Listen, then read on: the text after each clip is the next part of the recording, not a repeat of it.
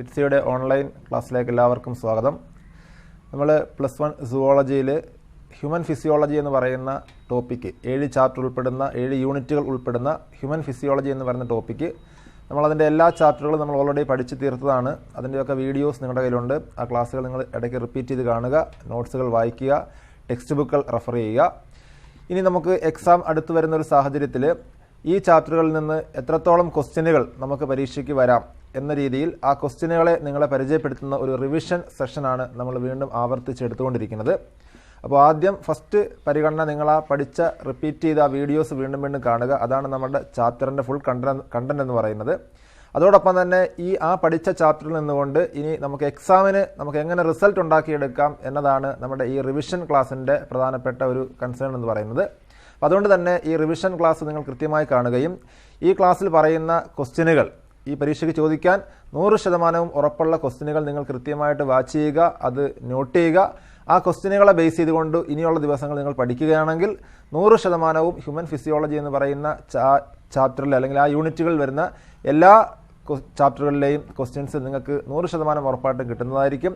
അപ്പോൾ അത് മാത്രം പഠിച്ചുകൊണ്ട് പോയാൽ തന്നെ നിങ്ങൾക്ക് +1 ഫുൾ മാർക്ക് സ്കോർ ചെയ്യാൻ പറ്റും എന്ന് 100% ഉറപ്പാണ്. അപ്പോൾ അതുകൊണ്ട് തന്നെ വീഡിയോ ക്ലാസ് കാണുന്നതിനോടൊപ്പം തന്നെ ഈ റിവിഷൻ ക്ലാസ്സുകൾ കൂടെ എന്ത് ചെയ്യുക, നിങ്ങൾ കൃത്യമായി കാണുകയും പഠിക്കുകയും ചെയ്യുക. ഈ റിവിഷൻ ക്ലാസ്സുമായി ബന്ധപ്പെട്ടോ അല്ലെങ്കിൽ നമ്മുടെ ചാപ്റ്ററിലോ എന്തെങ്കിലുമൊക്കെ ഡൗട്ടുകളുണ്ടെങ്കിൽ നമ്മുടെ ടെലഗ്രാം ചാനൽ വഴി നമ്മളെ അറിയിക്കുക. ഇനിയുള്ള സമയങ്ങളിൽ ഡൗട്ടുകൾ ക്ലിയർ ചെയ്തുകൊണ്ട് കൂടുതൽ വ്യക്തതയോടുകൂടി പഠിച്ചു പോകാനുള്ള സമയങ്ങളാണ് നമുക്ക് മുമ്പിലുള്ളത്. അപ്പോൾ അതുകൊണ്ട് അത് കൃത്യമായി ഉപയോഗപ്പെടുത്തുക. അതുപോലെ തന്നെ ഈ യൂട്യൂബ് വീഡിയോസ് കാണുമ്പോൾ അതിൻ്റെ ഫീഡ്ബാക്ക് നിങ്ങൾ ആ കമൻറ്റ് ബോക്സിൽ കമൻറ്റ് ചെയ്യുക. നമുക്ക് വളരെ പരിമിതമായ ദിവസങ്ങളും സമയങ്ങളുമാണുള്ളത്. മാക്സിമം ഉപയോഗപ്പെടുത്തിക്കൊണ്ട് കൃത്യമായി പഠിച്ച് ഏറ്റവും ടോപ്പിലേക്ക് എത്താൻ വേണ്ടി എല്ലാവർക്കും ശ്രമിക്കുക. എല്ലാവർക്കും ആശംസകൾ. കാലം ആവശ്യപ്പെടുന്നത് നൽകണം, കാലത്തിനൊപ്പം സഞ്ചരിക്കണം. സിറ്റ്സി ക്ലാസ് റൂം ലേണിംഗ് ആപ്പ് നിങ്ങൾക്കൊപ്പം കാലത്തിനൊപ്പം. കേരള സിലബസിലെ 8 മുതൽ 12 വരെയുള്ള ക്ലാസുകൾക്ക് ഓൺലൈൻ ഓഫ്ലൈൻ ഇന്ററാക്റ്റീവ് ക്ലാസുകളിലൂടെ സംശയരഹിത പഠനവും മികച്ച വിജയവും ഉറപ്പാക്കുന്നു. ഇനി പഠന പൂർണ്ണത, സംതൃപ്ത പഠനം, മികവുറ്റ വിജയം. ഇപ്പോൾ തന്നെ സിറ്റ്സി ക്ലാസ് റൂം പ്ലേ സ്റ്റോറിൽ നിന്നും ഡൗൺലോഡ് ചെയ്യൂ, രജിസ്റ്റർ ചെയ്യൂ. ഇനി മുതൽ A+ അല്ല, ഫുൾ മാർക്കും നേടാം.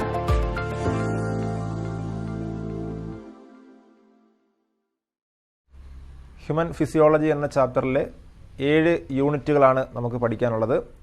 ആ 7 യൂണിറ്റുകൾ: ഒന്നാമതായി ഡൈജഷൻ ആൻഡ് അബ്സോർപ്ഷൻ, രണ്ടാമതായിട്ട് breathing and exchange of gas, മൂന്നാമതായിട്ട് ബോഡി ഫ്ലൂയിഡ്സ് ആൻഡ് സർക്കുലേഷൻ എന്ന് പറയുന്ന ചാപ്റ്റർ, നാലാമതായിട്ട് excretory product and their elimination, അഞ്ചാമതായിട്ട് മൂവ്മെൻറ്റ് ആൻഡ് ലോക്കമോഷൻ, ആറാമതായിട്ട് ന്യൂറൽ കൺട്രോൾ ആൻഡ് കോർഡിനേഷൻ, ഏഴാമതായിട്ട് കെമിക്കൽ കോർഡിനേഷൻ ആൻഡ് ഇൻ്റഗ്രേഷൻ. ഇങ്ങനെയുള്ള 7 യൂണിറ്റുകളാണ് നമ്മുടെ ഹ്യൂമൻ ഫിസിയോളജി എന്ന് പറയുന്ന ഒരു ടോപ്പിക്കിൽ വരുന്നത്.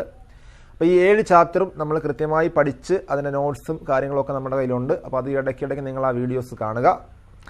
ഇനി നമ്മൾ വീണ്ടും ഈ 7 ചാപ്റ്ററുകളിൽ നിന്നുകൊണ്ട് ഫോക്കസ്ഡ് ഏരിയ ബേസിൽ പരീക്ഷയ്ക്ക് ചോദിക്കാൻ സാധ്യതയുള്ള ക്വസ്റ്റ്യനുകൾ നിങ്ങളെ പരിചയപ്പെടുത്തുകയാണ്. നമുക്കറിയാം, നമ്മൾ എത്രത്തോളം കണ്ടൻറ്റ് പഠിച്ചു വെച്ചാലും പരീക്ഷയ്ക്ക് അത് മാർക്കായിട്ട് മാറണമെങ്കിൽ നമ്മൾ അതിൽ നിന്ന് വരുന്ന ക്വസ്റ്റ്യൻസ് ഏത് രീതിയിൽ ചോദിക്കാൻ സാധ്യതയുണ്ടെന്ന് മനസ്സിലാക്കുകയും അതിനെങ്ങനെ എളുപ്പത്തിൽ അല്പം പോലും മാർക്ക് മിസ്സാകാതെ എങ്ങനെ അതിന് ആൻസർ ചെയ്യാം എന്നും കൃത്യമായി അറിഞ്ഞിരിക്കുമ്പോഴാണ് നമുക്ക് അത് റിസൾട്ടാക്കി മാറ്റാൻ കഴിയുക. അപ്പോൾ അതിന് വേണ്ടിയിട്ടുള്ള ഒരു റിവിഷനാണ് നമ്മളിന്നിവിടെ സ്റ്റാർട്ട് ചെയ്യുന്നത്. അപ്പോൾ ഹ്യൂമൻ ഫിസിയോളജിയിലെ ആദ്യ ചാപ്റ്റർ ഡൈജഷൻ ആൻഡ് അബ്സോർപ്ഷൻ എന്ന് പറയുന്ന ഒരു സിമ്പിൾ ചാപ്റ്ററാണ്. അപ്പോൾ ഡൈജഷൻ ആൻഡ് അബ്സോർപ്ഷൻ എന്ന് പറയുന്ന ചാപ്റ്ററിൻ്റെ ക്വസ്റ്റ്യനുകളും അതിൻ്റെ പ്രധാനപ്പെട്ട ടോപ്പിക്കുകളുമാണ് നമ്മൾ ഈ റിവിഷൻ സെഷനിൽ ഇവിടെ ഡിസ്കസ് ചെയ്യാൻ പോകുന്നത്. നമുക്കറിയാം, ഡൈജഷൻ ആൻഡ് അബ്സോർപ്ഷൻ എന്ന് പറയുന്ന ചാപ്റ്ററിൽ നമ്മൾ പഠിച്ചത് ഒന്നാമതായിട്ട് നമ്മുടെ ഡൈജസ്റ്റീവ് സിസ്റ്റം, എലമെൻ്ററി കനാലും ഡൈജസ്റ്റീവ് ഗ്ലാൻഡും ഒക്കെ ഉൾപ്പെടുന്ന ഡൈജസ്റ്റീവ് സിസ്റ്റത്തെക്കുറിച്ച് പഠിച്ചു. അതുപോലെ തന്നെ ഡൈജഷൻ എന്ന് പറയുന്ന അതിനകത്തുള്ള പ്രോസസ്സ്, നമ്മുടെ ബക്കൽ ക്യാവിറ്റിയിലുള്ള ഡൈജഷൻ, സ്റ്റൊമക്കിൽ വെച്ചുള്ള ഡൈജഷൻ, സ്മോൾ ഇൻഡസ്റ്റൈനി വെച്ച്, ലാർജ് ഇൻഡസ്റ്റൈനി വെച്ച്, അങ്ങനെ എലമെൻ്ററി കനാലിൻ്റെ വ്യത്യസ്ത ഭാഗങ്ങളിൽ വെച്ചുള്ള ഡൈജഷനെ കുറിച്ച് പഠിച്ചു. അപ്പോൾ ആ ഡൈജഷൻ പറയുമ്പോൾ കൃത്യമായിട്ട് ഡൈജസ്റ്റീവ് ഗ്ലാൻഡിൽ നിന്നുണ്ടാകുന്ന ഡൈജസ്റ്റീവ് എൻസൈമുകളുടെ റോള് നമ്മൾ ആ ചാപ്റ്ററിൽ കൃത്യമായി പറഞ്ഞു പോയിട്ടുണ്ട്. ഓരോ ഗ്ലാൻഡിൽ നിന്നും വരുന്ന എൻസൈമുകൾ, സലീവറി ഗ്ലാൻഡിന് ഏതൊക്കെ എൻസൈമുകളാണ്, അതുപോലെ തന്നെ സ്റ്റൊമക്കിലെ ഗ്യാസ്ട്രിക് ഗ്ലാൻഡിൽ നിന്നുള്ള എൻസൈമുകൾ, പാൻക്രിയാസിൽ നിന്നുള്ള എൻസൈമുകൾ, ഇൻഡസ്റ്റൈനൽ ഗ്ലാൻഡിൽ നിന്നുള്ള എൻസൈമുകൾ, ലിവർ ഒരു ഡൈജസ്റ്റീവ് ഗ്ലാൻഡാണ്, പക്ഷേ എൻസൈമുകളൊന്നുമില്ല, എങ്കിൽ പോലും ഡൈജഷനിൽ കൃത്യമായ റോളുണ്ട്. അപ്പോൾ ഇങ്ങനെ എൻസൈമുകളെ സംബന്ധിച്ചുള്ള എല്ലാ ഡൈജസ്റ്റൻ്റെ പ്രവർത്തനങ്ങളെയും നമ്മൾ പഠിച്ചിരുന്നു. അതുപോലെ തന്നെ ഡൈജഷൻ കഴിഞ്ഞാൽ പിന്നെ അബ്സോർബ് ചെയ്യുന്ന രീതികളെക്കുറിച്ച് പറഞ്ഞു. അതുപോലെ ഏറ്റവും അവസാനമായിട്ട് ഡൈജസ്റ്റീവ് സിസ്റ്റത്തെ ബാധിക്കുന്ന ഡിസോർഡറുകൾ, ഇത്രയും കാര്യങ്ങളൊക്കെയാണ് ഈ ചാപ്റ്ററിനകത്ത് ഓവറോളായിട്ടുള്ളത്. പക്ഷേ നമ്മൾ ഫോക്കസ്ഡ് ഏരിയയിലേക്ക് വരുമ്പോൾ ഇതിനകത്ത് ചില ടോപ്പിക്കുകൾ അവർ സ്പെസിഫൈ ചെയ്ത് ഫോക്കസ് ചെയ്ത് പഠിക്കാൻ വേണ്ടി നമ്മളോട് ആവശ്യപ്പെടുന്ന ചില ടോപ്പിക്കുകളുണ്ട്. അത് ഒന്നാമതായിട്ട് എലമെൻ്ററി കനാൽ എന്ന് പറയുന്ന ആ എലമെൻ്ററി കനാലിൻ്റെ സ്ട്രക്ചർ പഠിച്ചതിനകത്ത് നമ്മൾ ദെൻഡീഷൻ എന്ന് പറഞ്ഞ് 3 ടൈപ്പ് ദെൻഡീഷൻ പഠിച്ചപ്പോൾ ഉണ്ട്. തീക്കോഡോണ്ട് ദെൻഡീഷൻ, ഡിഫിയോഡോണ്ട് ദെൻഡീഷൻ, ഹെറ്ററോഡോണ്ട് ദെൻഡീഷൻ. ഈ 3 ടൈപ്സ് ഓഫ് ദെൻഡീഷൻ പരീക്ഷയ്ക്ക് ഫോക്കസ് ഏരിയയ്ക്കകത്ത് പ്രത്യേകം ചോദിക്കുമെന്ന് എടുത്തു പറയുന്നുണ്ട്. എലമെൻ്ററി കനാലുമായി ബന്ധപ്പെട്ട് അറിഞ്ഞിരിക്കേണ്ട ഒരു പ്രധാനപ്പെട്ട കാര്യം അതാണ്. അതേപോലെ തന്നെ നമ്മൾ ഹിസ്റ്റോളജി ഓഫ് എലമെൻ്ററി കനാൽ എന്ന് പറഞ്ഞിട്ട് എലമെൻ്ററി കനാലിൻ്റെ ഒരു സെക്ഷണൽ വ്യൂവിൻ്റെ ഒരു ഫിഗർ നമ്മൾ പുസ്തകത്തിൽ പഠിച്ചതാണ്. ഒരു 4 ലെയറാണ് എലമെൻ്ററി കനാലിൻ്റെ wall. Outer layer serosa, muscularis, sub mucosa എന്നൊക്കെ പറയുന്ന ഒരു ഡയഗ്രം ബേസ് ചെയ്ത് പഠിച്ചിട്ടുണ്ട്. അത് ഫോക്കസ് ഏരിയയ്ക്കകത്ത് പറയുന്നുണ്ട്. അപ്പോൾ അത് കൃത്യമായിട്ട് പഠിച്ചു വെക്കേണ്ടതാണ്. പരീക്ഷയ്ക്ക് ഉറപ്പായിട്ടും ചോദിക്കും എന്നുള്ള കാര്യത്തിൽ യാതൊരു സംശയവുമില്ലാത്ത ടോപ്പിക്കാണ്. അതുപോലെ തന്നെ നമ്മൾ ഈ 2 കാര്യങ്ങളാണ് എലമെൻ്ററി കനാലിൻ്റെ സ്ട്രക്ചറിൽ നിന്നുകൊണ്ട് പഠിക്കാനുള്ളത്. അതുപോലെ തന്നെ നമ്മൾ ഡൈജസ്റ്റീവ് ഗ്ലാൻഡുമായി ബന്ധപ്പെട്ടുകൊണ്ട് പഠിക്കാനുള്ളത് നമ്മൾ മ്യൂക്കസിൻ്റെയും ബൈകാർബണേറ്റ് അയോണുകളുടെയും കാര്യം. നമ്മൾ ഒരുപാട് എൻസൈമുകൾ പഠിച്ചു പോകുന്നെങ്കിലും അതിനിടയ്ക്ക് നമ്മൾ അത്ര ഇമ്പോർട്ടൻ്റ് ആയിട്ട് കരുതാതെ പോയ കാര്യമായിരിക്കും ഈ മ്യൂക്കസും ബൈകാർബണേറ്റും ഒക്കെ. പക്ഷെ അത് ഫോക്കസ് ഏരിയയ്ക്കകത്ത് പറയുന്നുണ്ട്. മ്യൂക്കസിൻ്റെ ഫംഗ്ഷൻ എന്താണ്, ബൈകാർബണേറ്റ് അയോണുകളുടെ ഫംഗ്ഷൻ എന്താണ്, ഡൈജസ്റ്റീവ് സിസ്റ്റവുമായി ബന്ധപ്പെട്ട് മ്യൂക്കസിൻ്റെയും ബൈകാർബണേറ്റ് അയോണുകളുടെയും റോൾ എന്താണ് എന്ന് പറയുന്നുണ്ട്. അത് കൃത്യമായി പഠിച്ചു വെക്കണം. അതുപോലെ തന്നെ നമ്മൾ വ്യത്യസ്ത ഗ്ലാൻഡുകളും അതിനകത്തുള്ള എൻസൈമുകളും ഒക്കെ പഠിച്ചു. നമുക്കറിയാം ചില എൻസൈമുകൾ ഇനാക്റ്റീവ് ആണ്, അത് പിന്നെ ആക്റ്റീവ് ആകുന്ന കാര്യമൊക്കെ അറിയാം. പ്രത്യേകിച്ച് ഇവിടെ ഫോക്കസ് ഏരിയയ്ക്കകത്ത് പാൻക്രിയാറ്റിക് എൻസൈമുകൾ, പാൻക്രിയാസ് എന്ന ഗ്ലാൻഡിൽ നിന്ന് വരുന്ന പാൻക്രിയാറ്റിക് എൻസൈമുകൾ, അത് ഇനാക്റ്റീവായിട്ടുള്ള എൻസൈം നമുക്കറിയാം. Trypsinogen, chymotrypsinogen, pro carboxy peptidase, ഇങ്ങനെയുള്ള ഇനാക്റ്റീവ് എൻസൈമുകളെ പ്രത്യേകം ഫോക്കസ് ഏരിയയ്ക്കകത്ത് എടുത്തു പറയുന്നുണ്ട്. അപ്പോൾ പാൻക്രിയാസിൽ നിന്നുള്ള മുഴുവൻ എൻസൈമുകളും അതിൻ്റെ ഫംഗ്ഷനും കൃത്യമായി പഠിച്ചു വെക്കുക എന്നുള്ളതാണ്. അതുപോലെ നമുക്കറിയാം ഗോബ്ലറ്റ് സെൽസ് എന്ന് പറയുന്ന ഒരു സെല്ല് നമ്മുടെ എലമെൻ്ററി കനാലിൽ ഏറ്റവും ഇന്നർ ലെയറായ മ്യൂക്കോസയ്ക്കകത്ത് ഗോബ്ലറ്റ് സെൽസ് എന്നറിയപ്പെടുന്ന സെല്ലുകളുണ്ട്. ആ സെല്ലിൻ്റെ ഫംഗ്ഷൻ കൃത്യമായി ഈ ഫോക്കസ് ഏരിയയ്ക്കകത്ത് ചോദിക്കുന്നുണ്ട്. അപ്പോൾ എലമെൻ്ററി കനാലുമായി ബന്ധപ്പെട്ടും ഡൈജഷനുമായി ബന്ധപ്പെട്ടുമൊക്കെ ഈ പറഞ്ഞ കാര്യങ്ങളൊക്കെയാണ് ഫോക്കസ് ഏരിയയിൽ നമ്മളോട് പ്രത്യേകമായിട്ട് പഠിക്കാൻ പറഞ്ഞിരിക്കുന്നത്. അതുപോലെ തന്നെ ഏറ്റവും അവസാനമായിട്ട് ഡിസോർഡേഴ്സ് നമുക്കറിയാം. ഒരു 3-4 ഡിസോർഡേഴ്സ് പറയുന്നുണ്ട്. ആ ഡിസോർഡേഴ്സ് എല്ലാം തന്നെ കൃത്യമായി പഠിച്ചുകൊണ്ട് വേണം. ഇതാണ് ഏകദേശം ഫോക്കസ്ഡ് ഏരിയ ബേസിൽ ഈ ചാപ്റ്ററിനെ സംബന്ധിച്ചുള്ള ഒരു ഐഡിയ എന്ന് പറയുന്നത്. അപ്പോൾ നമുക്കിതിനകത്തുള്ള ഓരോ ടോപ്പിക്ക് ബേസ് നമുക്ക് ഒന്ന് ക്വസ്റ്റ്യൻ ഡിസ്കസ് ചെയ്ത് പോകാം. ക്വസ്റ്റ്യനുകൾ പരീക്ഷയ്ക്ക് ചോദിക്കുന്ന ക്വസ്റ്റ്യനുകളെ നിങ്ങൾക്ക് ഫോക്കസ്ഡ് ഏരിയ ബേസിലൊന്ന് പരിചയപ്പെടുത്തുക എന്നുള്ളതാണ് ഇതിനകത്തുള്ള സെഷൻ. അപ്പോൾ ഒന്നാമതായിട്ട് നമ്മൾ ആദ്യത്തെ ചോദ്യത്തിലേക്ക് കടക്കാൻ പോവുകയാണ്. അപ്പോൾ ഒന്നാമത്തെ ചോദ്യമാണ് നമ്മൾ ബോർഡിൽ എഴുതിയിരിക്കുന്നത്. In human beings dentition is heterodont. Human ബീയിങ്സിൻ്റെ ദെൻഡീഷൻ എന്ന് പറയുന്നത് അല്ലെങ്കിൽ ടീത്തുകളുടെ അറേഞ്ച്മെൻറ്റ് എന്ന് പറയുന്നത് ഹെറ്ററോഡോണ്ട് ടൈപ്പാണ്. ദിസ് കണ്ടീഷൻ മീൻസ്, എന്താണ് അതുകൊണ്ട് അർത്ഥമാക്കുന്നത് എന്നാണ് ചോദ്യം. ഇത് ആൻസറായിട്ട് 4 സ്റ്റേറ്റ്മെൻറ്റുകൾ കൊടുത്തപ്പോൾ ഉണ്ട്. അതിലേതാണ് കറക്റ്റ് എന്ന് സെലക്ട് ചെയ്യണം. Presence of 2 type of teeth, 2 type ടീത്തുകളാണ് നമുക്കുള്ളത്. അതാണോ ഹെറ്ററോഡോണ്ടെന്ന് പറഞ്ഞാൽ? അല്ല എന്ന് നമുക്കറിയാം. Second statement, presence of 2 sets of teeth, 2 set of ടീത്തുകളാണ് നമുക്കുള്ളത്. അതാണ് ഹെറ്ററോഡോണ്ടെന്നാണ് പറയുന്നത്. നമുക്കറിയാം അതും തെറ്റാണ്. മൂന്നാമതായിട്ട് presence of different type of teeth, വ്യത്യസ്ത തരം പല്ലുകളാണ്. അപ്പോൾ ഡിഫറൻറ്റ് ടൈപ്സ് ഓഫ് ടീത്ത് എന്ന് പറയുന്ന ആൻസറാണ് ശരിയായിട്ടുള്ളത്. അപ്പോൾ ഹെറ്ററോഡോണ്ട് ദന്തീഷൻ എന്ന് പറഞ്ഞാൽ ഡിഫറൻറ്റ് ടൈപ്സ് ഓഫ് ടീത്ത് ആണ് നമുക്കുള്ളത് എന്നതാണ്. നമുക്കറിയാം ഇൻസിസർ, കനൈന്, പ്രീമൊളാറ്, മൊളാറ്, ഇങ്ങനെ 4 ടൈപ്പ് ടീത്തുകളാണ്. അപ്പോൾ 4 ടൈപ്പ് എന്ന് പറയുമ്പോൾ ഡിഫറൻറ്റ് ടൈപ്പ് ടീത്ത് എന്നാണ് അതിനർത്ഥം. അപ്പോൾ ഇങ്ങനെ വ്യത്യസ്ത തരത്തിലുള്ള പല്ലുകളാണ് നമ്മുടെ ബക്കൽ മൗത്തിലുള്ളത്. അപ്പോൾ അതിനെയാണ് ഹെറ്ററോഡോണ്ട് ദന്തീഷൻ കൊണ്ട് സൂചിപ്പിക്കുന്നത്. അവസാനം പറഞ്ഞിരിക്കുന്നത് teeth are placed in socket of jaw, socket of ജോയിലാണ് പല്ലുകൾ ഉറപ്പിച്ചിരിക്കുന്നത്. അതും ഹെറ്ററോഡോണ്ട് ദന്തീഷൻ അല്ല, അത് വേറെ ടൈപ്പ് ദന്തീഷനാണ്. ഓക്കെ ആണല്ലോ. അപ്പോൾ ഇതിനകത്ത് ആൻസറായിട്ട് വരിക ഡിഫറൻറ്റ് ടൈപ്സ് ഓഫ് ടീത്ത് എന്നുള്ളതാണ്. ഓക്കെ, അപ്പോൾ എന്തായാലും ദന്തീഷനുമായി ബന്ധപ്പെട്ടൊരു ചോദ്യമാണിത്. പരീക്ഷയ്ക്ക് ഇത് ഏത് രീതിയിൽ വേണമെന്ന് ചോദിക്കാം. അപ്പോൾ നമുക്കറിയാം 3 ടൈപ്പ് ദന്തീഷനാണ് നമ്മുടെ എലമെൻ്ററി കനാലിനകത്ത് പറയുന്നത്. ഒന്നാമത്തതാണ് തീക്കോഡോണ്ട് ദന്തീഷൻ.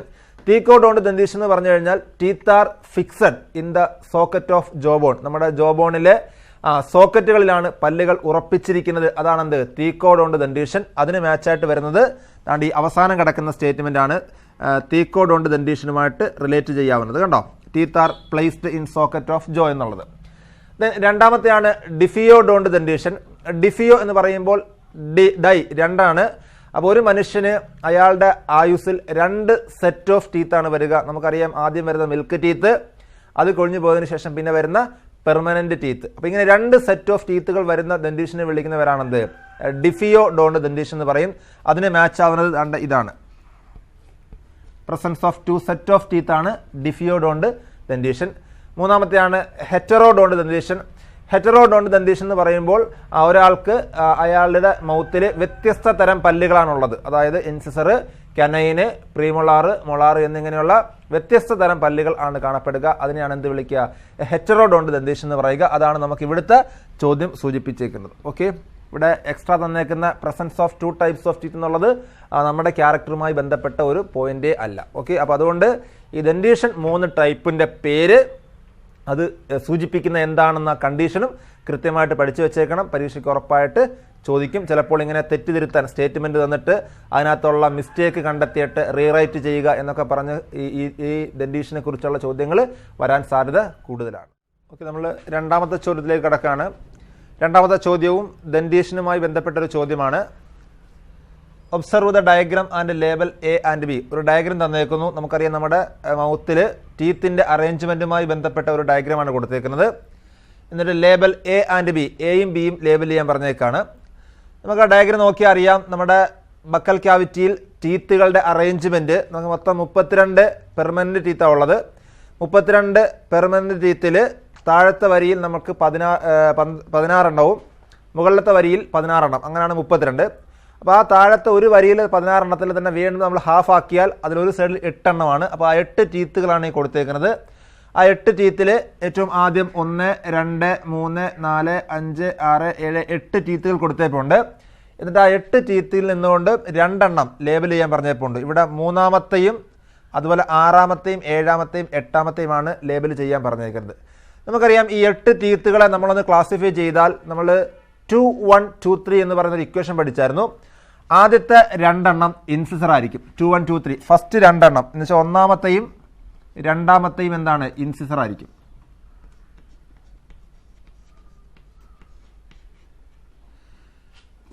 അത് കഴിഞ്ഞ് വരുന്ന 2, 1, ആദ്യത്തെ 1, 2 കഴിഞ്ഞാൽ പിന്നെ വരുന്ന 1, അതായത് 3-മത്തത് കനൈൻ ആയിരിക്കും.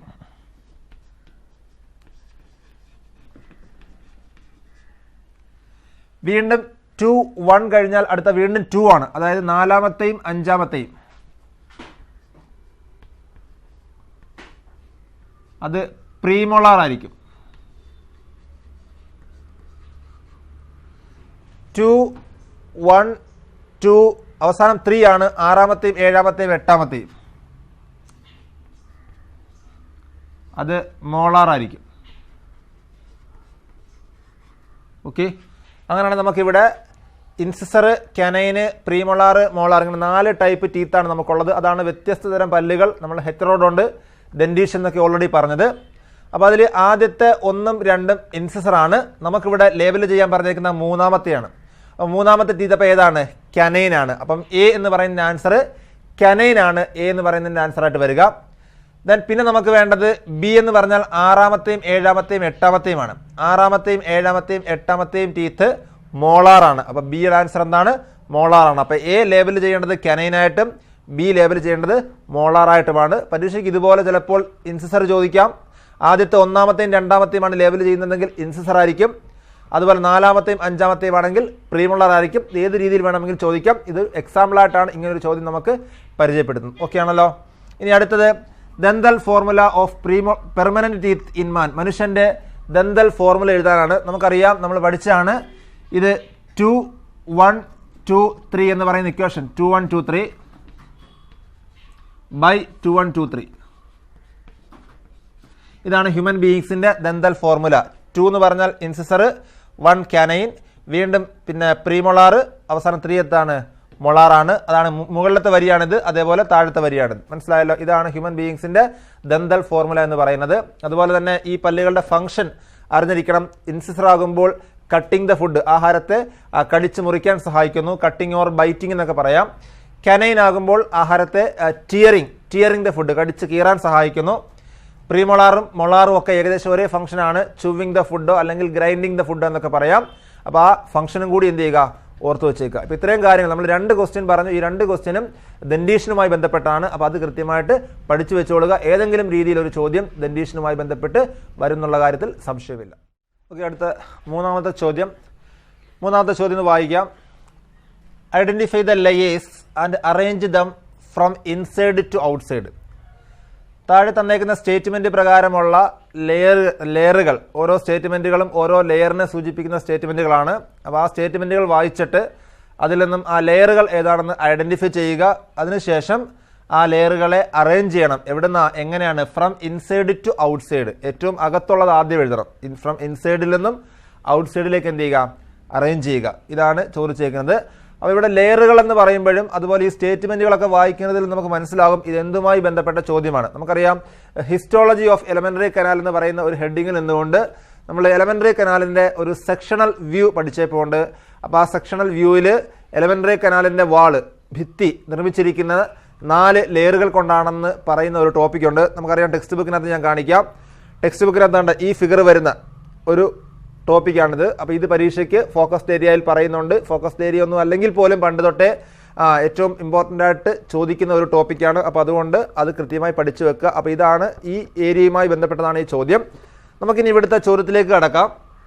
ഒന്നാമതായിട്ടുള്ള ആ സ്റ്റേറ്റ്മെന്റുകൾ വായിച്ചു നോക്കാം. Circular and longitudinal muscles. Circular ആയിട്ടുള്ള ലോഞ്ചിറ്റ്യൂഡിനൽ മസിലുകളൊക്കെയുള്ള ലെയർ എന്നാണ് ചോദ്യം. അപ്പോൾ ആ ലെയർ നമുക്കറിയാം മസിൽസുകൾ ഉള്ള ലെയർ സെക്കൻഡ് ലെയർ ആയിട്ടുള്ള മസ്കുലാരിസ് എന്ന് പറയുന്ന ലെയർ ആണ്. നമുക്കറിയാം മസ്കുലാരിസ് ആണ് ആ second layer.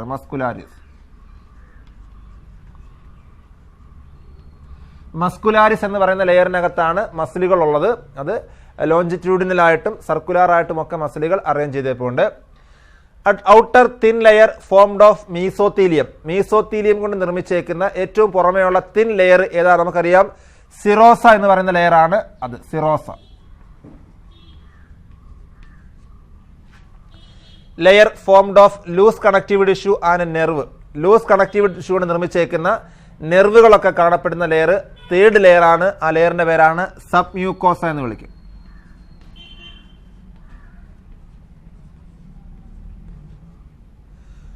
Epithelium with goblet cells to secrete mucus. Goblet സെല്ലുകൾ ഒക്കെ ഉള്ള മ്യൂക്കസ് ഒക്കെ ഉൽപ്പാദിപ്പിക്കുന്ന ലെയർ എന്ന് പറയുമ്പോൾ നമുക്കറിയാം ഏറ്റവും ഇന്നർ ലെയർ ആണ്. അതിന്റെ പേരാണ് മ്യൂക്കോസ.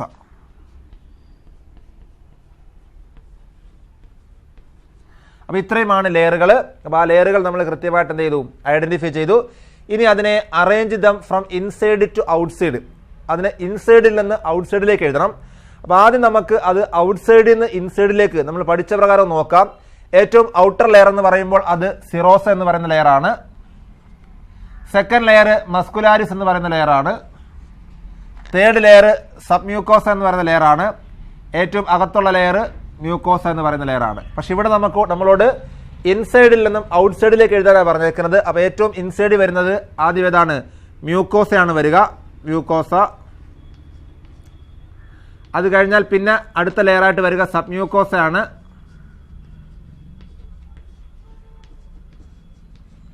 അത് കഴിഞ്ഞാൽ വരിക മസ്കുലാരിസ് ആണ്.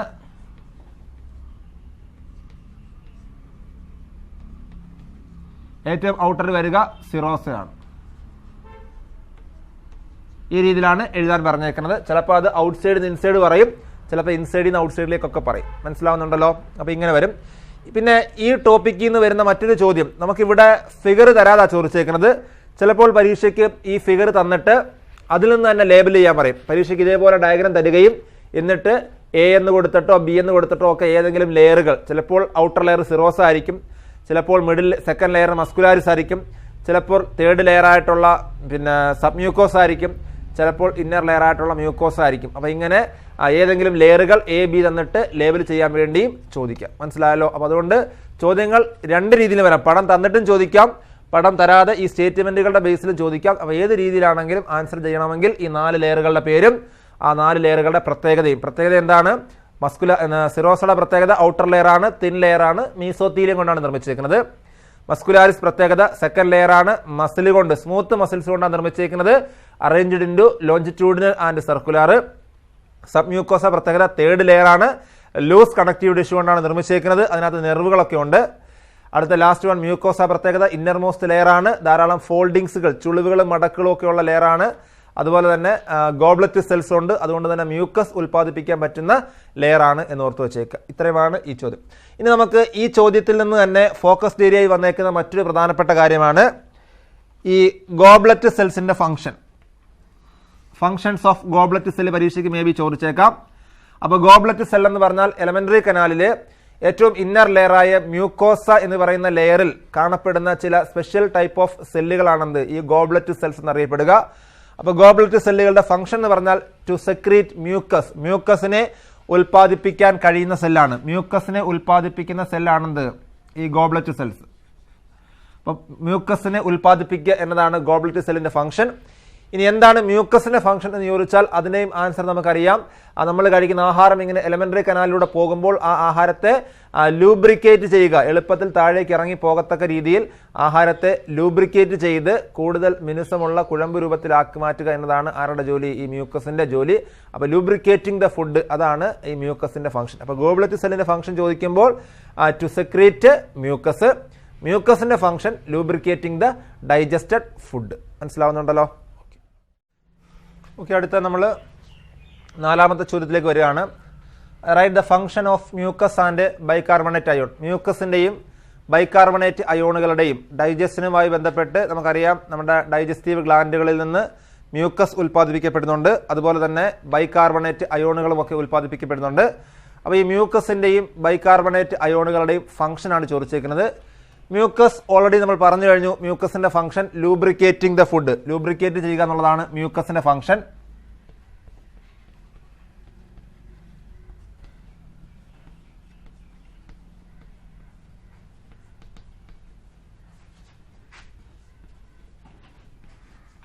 ആഹാരത്തെ ലൂബ്രിക്കേറ്റ് ചെയ്യുക എന്നുള്ളതാണ് ഈ മ്യൂക്കസ് അതിന്റെ ഫംഗ്ഷൻ. രണ്ടാമത്തെ ബൈകാർബണേറ്റ് അയോൺ. ബൈകാർബണേറ്റ് അയോൺ എന്ന് പറയുമ്പോൾ നമുക്കറിയാം നമ്മുടെ ഡൈജഷൻ എന്ന് പറയുന്നത് അവിടെ ഡൈജസ്റ്റീവ് എൻസൈമുകളുടെ റിയാക്ഷൻ ഉണ്ട്. അതുപോലെ തന്നെ പ്രത്യേകിച്ച് സ്റ്റൊമക്കിലൊക്കെ ഹൈഡ്രോക്ലോറിക് ആസിഡിന്റെ ഒക്കെ റോള് ഡൈജഷനുമായി ബന്ധപ്പെട്ടുണ്ട്. അപ്പോൾ ഈ കണ്ടിന്യൂസ് ആയിട്ട് എൻസൈമുകളുടെ റിയാക്ഷനും അസിഡിക് റിയാക്ഷനുകളും ഒക്കെ നമ്മുടെ എലമെന്ററി കനാലിൽ നടക്കുമ്പോൾ ആ എലമെന്ററി കനാലിന്റെ ഏറ്റവും ഇന്നർ ലെയറായിട്ടുള്ള മ്യൂക്കോസയിൽ വരുന്ന എപ്പിത്തീലിയത്തിന് ഈ എൻസൈം ആക്ഷനിൽ നിന്നും അതുപോലെ അസിഡിക് റിയാക്ഷന്റെ ഫലമായിട്ടൊക്കെ ചിലപ്പോൾ എന്ത് സംഭവിക്കാം? ഡാമേജുകൾ സംഭവിക്കാം.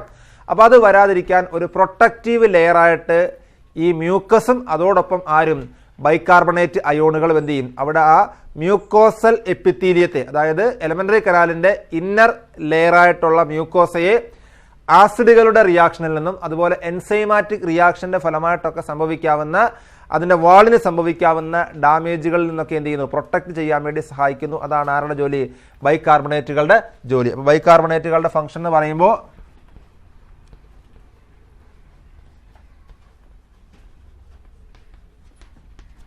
Protection of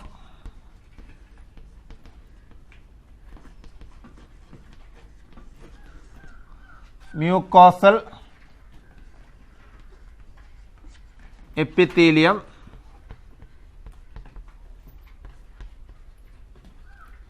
from acidic and enzyme reaction.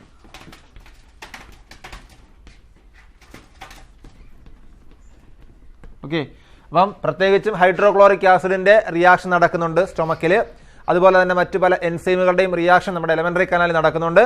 അപ്പോൾ ഈ എൻസൈമുകളുടെയും ആസിഡുകളുടെയും ഒക്കെ റിയാക്ഷന്റെ ഫലമായിട്ട് നമ്മുടെ എലമെന്ററി കനാലിന്റെ ഇന്നർ ലെയറായിട്ടുള്ള മ്യൂക്കോസയിലെ എപ്പിത്തീലിയത്തെ ഡാമേജുകളൊന്നും സംഭവിക്കാതെ പ്രൊട്ടക്റ്റ് ചെയ്യാൻ വേണ്ടി ഒരു പ്രൊട്ടക്റ്റീവ് ലെയറായിട്ട് നിൽക്കുന്നു ബൈകാർബണേറ്റ് അയോണുകളും അതുപോലെ മ്യൂക്കസും ഹെൽപ്പ് ചെയ്യുന്നു. മ്യൂക്കസ് പിന്നെ പ്രത്യേകമായിട്ട് ലൂബ്രിക്കേറ്റിംഗ് ദ ഫുഡ്, ആഹാരത്തെ ലൂബ്രിക്കേറ്റ് ചെയ്യാനും സഹായിക്കുന്നു. അപ്പോൾ ഈ മ്യൂക്കസിന്റെയും ബൈകാർബണേറ്റ് അയോണുകളുടെയും റോള് ഫോക്കസ്ഡ് ഏരിയയിൽ പ്രത്യേകമായിട്ട് പറയുന്നത് കൊണ്ട് അത് കൃത്യമായിട്ട് ഓർത്തു വെച്ചേക്കുക.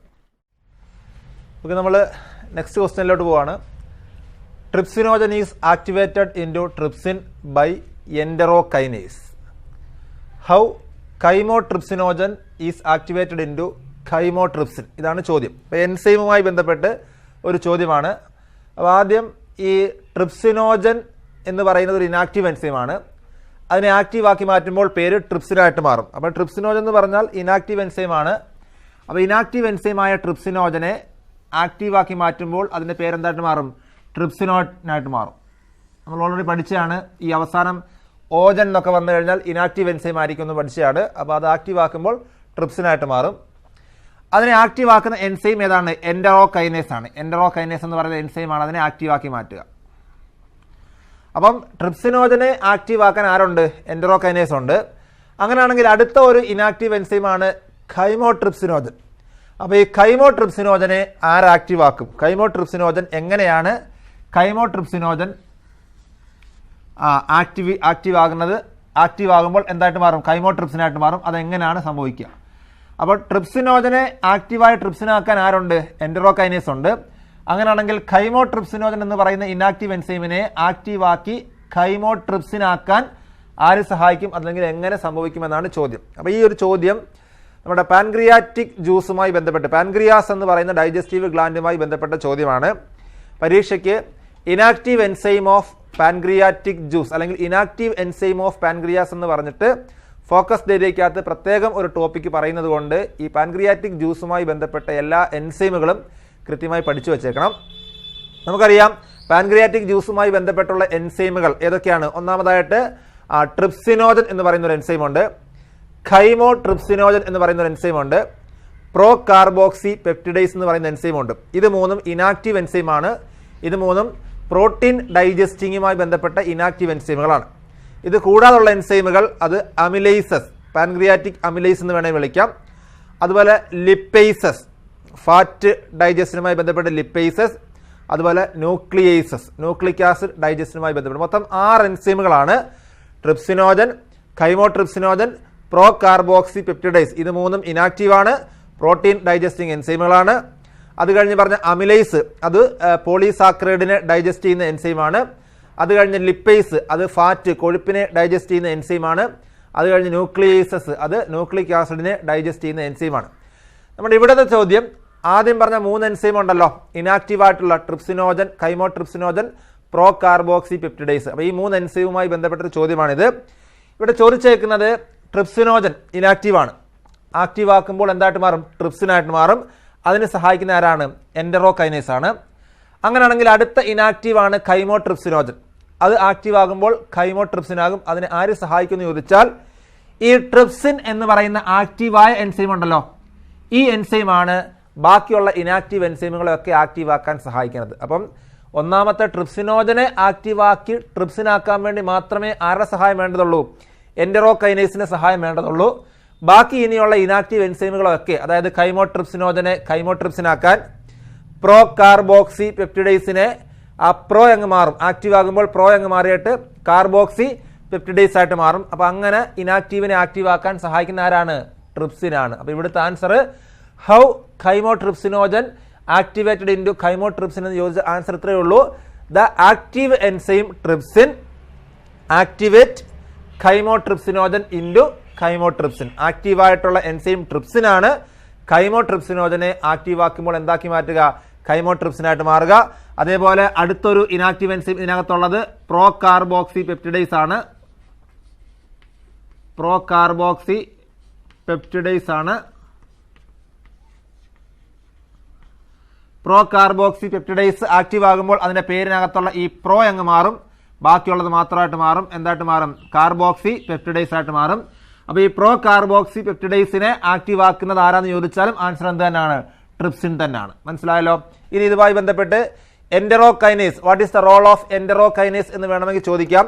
എൻറ്ററോകൈനേസ് എന്ന് പറയുമ്പോൾ ഇനാക്റ്റീവായ ട്രിപ്സിനോജനെ ആക്റ്റീവായ ട്രിപ്സിനാക്കി മാറ്റാൻ സഹായിക്കുന്ന എൻസൈമാണ് എൻറ്ററോകൈനേസ്. അപ്പോൾ അതിന്റെ റോളും പഠിച്ചു വെച്ചേക്കണം. ഓക്കെ, അപ്പോൾ കൃത്യമായിട്ട് പാൻക്രിയാറ്റിക് ജ്യൂസിലെ എൻസൈമുകൾ അതിൽ ഇനാക്റ്റീവ് ഏതൊക്കെയാണ്, ആക്റ്റീവ് ഏതൊക്കെയാണ്? മൊത്തം 6 എണ്ണമാണുള്ളത്. ആദ്യത്തെ 3 എണ്ണം ഇനാക്റ്റീവ് ആണ്, trypsinogen, chymotrypsinogen, procarboxypeptidase. അത് മൂന്നും ആക്റ്റീവ് ആകുമ്പോൾ പേര് ഓർത്തോണം. ട്രിപ്സിനോജൻ ആക്റ്റീവ് ആകുമ്പോൾ ട്രിപ്സിൻ, കൈമോട്രിപ്സിനോജൻ ആക്റ്റീവ് ആകുമ്പോൾ chymotrypsin, procarboxypeptidase active ആകുമ്പോൾ കാർബോക്സി പെപ്റ്റിഡൈസ്. ആദ്യം പറഞ്ഞ ട്രിപ്സിനോജനെ ആക്റ്റീവായ ട്രിപ്സിൻ ആക്കുന്നത് എൻഡറോകൈനേസ്. ബാക്കിയുള്ളവരെയൊക്കെ ആക്റ്റീവ് ആരാക്കിക്കോളും? ട്രിപ്സിൻ ആക്റ്റീവ് ആക്കിക്കോളും. പിന്നെ ബാക്കിയുള്ള 3 ഇനാക്റ്റീവ് അല്ലാത്ത നേരിട്ട് ആക്റ്റീവായ എൻസൈമുകളാണ്. ഒന്ന് അമിലൈസസ്, ഒന്ന് ലിപ്പൈസസ്, ഒന്ന് ന്യൂക്ലിയൈസസ്. ഓക്കെ, നെക്സ്റ്റ് ക്വസ്റ്റ്യനിലോട്ട് പോവുകയാണ്. Write the correct enzymes above the arrow mark. Arrow മാർക്കിന് മുകളിൽ കറക്റ്റായിട്ടുള്ള എൻസൈമുകളുടെ പേരെഴുതാൻ. ഇവിടെ നമുക്കറിയാം ഡൈജസ്റ്റൻ, കെമിക്കൽ ഡൈജസ്റ്റൻ എൻസൈമുകളുടെ ആക്ഷനാണ് കൊടുത്തേക്കുന്നത്. അപ്പോൾ അവിടെ ഏതാണ് ആ ന്യൂട്രിയൻ്റ് എന്നും അത് ഡൈജസ്റ്റ് ചെയ്യുമ്പോൾ ഉണ്ടാകുന്ന പ്രോഡക്റ്റ് എന്താണെന്നുകൊണ്ട് ഇടയ്ക്ക് ആ ഡൈജസ്റ്റനെ സ്വാധീനിക്കുന്ന എൻസൈമുകളുടെ പേര് അവർ കൊടുത്തേ പോയില്ല. നമ്മൾ ആ എൻസൈമുകളുടെ പേരെഴുതണം. ഓക്കെ, ഇവിടെ പ്രോട്ടീൻസ്, പെപ്റ്റോൺസ്, പ്രോട്ടീസസ് ഇതിനെയൊക്കെ സിമ്പിൾ ഫോമായ ഡൈപെപ്റ്റൈഡ്സ് ആക്കി മാറ്റുന്നു. അതുപോലെ പോളിസാക്കറൈഡ്സിനെ ഡൈസാക്കറൈഡ് ആക്കി മാറ്റുന്നു. ഫാറ്റിനെ ഡൈഗ്ലിസറൈഡ്, മോണോഗ്ലിസറൈഡ് ആക്കി മാറ്റുന്നു. ന്യൂക്ലിക് ആസിഡിനെ ന്യൂക്ലിയോറ്റൈഡും ന്യൂക്ലിയോസൈഡും ആക്കി മാറ്റുന്നു. അപ്പോൾ ഈ ഒരു ഡൈജസ്റ്റൻ്റെ ആ ഒരു ഇക്വേഷൻ കാണുമ്പോൾ നമുക്കറിയാം ഇത് പാൻക്രിയാറ്റിക് ജ്യൂസുമായി ബന്ധപ്പെട്ട ഡൈജസ്റ്റൻ ആണെന്നറിയാം. അല്ലെങ്കിൽ ഡൈജസ്റ്റനിലെ പാൻക്രിയാറ്റിക് ജ്യൂസിനകത്തുള്ള എൻസൈമുകളുടെ റോളാണ് ഇവിടെ ഉദ്ദേശിച്ചേക്കുന്നത്. നേരത്തെ പറഞ്ഞ പോലെ ഇനാക്റ്റീവ് എൻസൈം ഓഫ് പാൻക്രിയാസ് നമ്മൾ പഠിച്ചിരുന്നു. അപ്പോൾ അതുമായി ബന്ധപ്പെട്ട് തന്നെ ആ പാൻക്രിയാറ്റിക് ജ്യൂസിൽ നിന്നുള്ള എൻസൈമുകളുമായി ബന്ധപ്പെട്ട ചോദ്യം തന്നെയാണ് ഈ വന്നേക്കുന്നത്. അപ്പോൾ ആൻസർ കൃത്യമായിട്ട് എഴുതുക. ഒന്നാമതായിട്ട് പ്രോട്ടീൻസിനെയും പെപ്റ്റോൺസിനെയും പ്രോട്ടിയേസിനെയും ഒക്കെ ഡൈപെപ്റ്റൈഡ് ആക്കി മാറ്റുന്ന എൻസൈം നമുക്കറിയാം. പാൻക്രിയാറ്റിക് ജ്യൂസിനകത്ത് പ്രോട്ടീന് ഡൈജസ്റ്റ് ചെയ്യുന്നത് 3 എൻസൈമുകളുണ്ട്. അതാണ് നമ്മൾ പഠിച്ച ട്രിപ്സിനോജൻ ആക്റ്റീവ് ആകുമ്പോൾ ട്രിപ്സിൻ, കൈമോട്രിപ്സിനോജൻ ആക്റ്റീവ് ആകുമ്പോൾ chymotrypsin, procarboxypeptidase active ആകുമ്പോൾ കാർബോക്സി പെപ്റ്റിഡൈസ്. അപ്പോൾ ഇവിടെ ആ 3 എൻസൈമുകളുടെ പേര് എഴുതണം. ഒന്നാമതായിട്ട് ട്രിപ്സിൻ, അതുപോലെ കൈമോട്രിപ്സിൻ,